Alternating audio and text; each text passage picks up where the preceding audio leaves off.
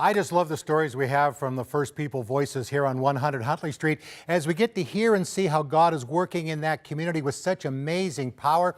Crystal Lavallee is the associate producer for First People's Voices, currently in Alberta, getting interviews, hanging out with some young people. Hey, Crystal, good to see you. Hey, thanks, Greg. This is fun. How are things in my home city? Fantastic. We've been having a lot of blasts. We've been holding the fort down for you till you come back. Okay, well, I'm coming back soon. So you've been getting down to the south so far in Alberta, and I know you're going to be heading north. Tell me about some of that cool stuff that's been happening so far. Yeah, so Bev and I, our outreach ambassador, we came in a day early just to participate in Aboriginal ministries.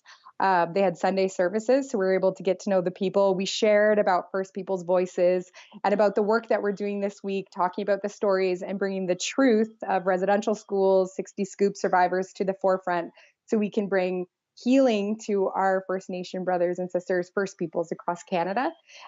So really fun. We've had some divine connections and just surprises. So they did an interview with us at CIAM Radio, which is broadcast throughout the whole province into First Nation communities. So Bev and I were able to share about what we see God doing through this little container called First People's Voices and what we see God doing within the First Nation people with the First Peoples of Canada.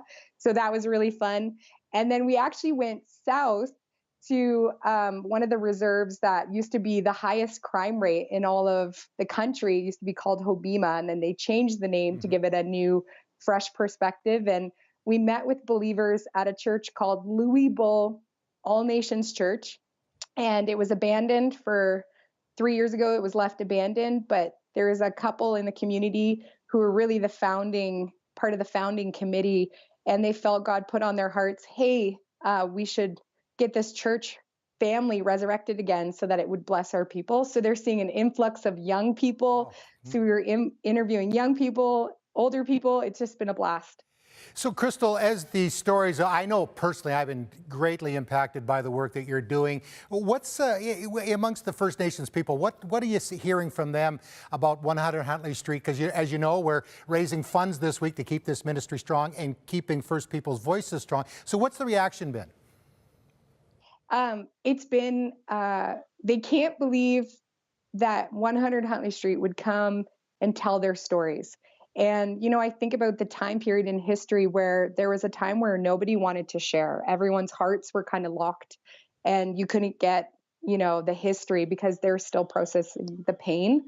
But now they feel the honor of 100 Huntley Street and, you know, just the longevity that we've been around. And they just feel honored that we would come and tell their stories and give them a seat at the table. So that's been really part of their healing journey as well. So just to see what we're doing to bring healing into these communities, it really is a strong work that's going on here through First People's Voices and through 100 Huntley Street. Well, we're honored by them sharing their stories, and we're so happy for what you're doing. You know, every time I see one of your reports, it almost always brings me to tears. So keep up the good work, and we'll look forward to seeing you soon, maybe in an airport somewhere.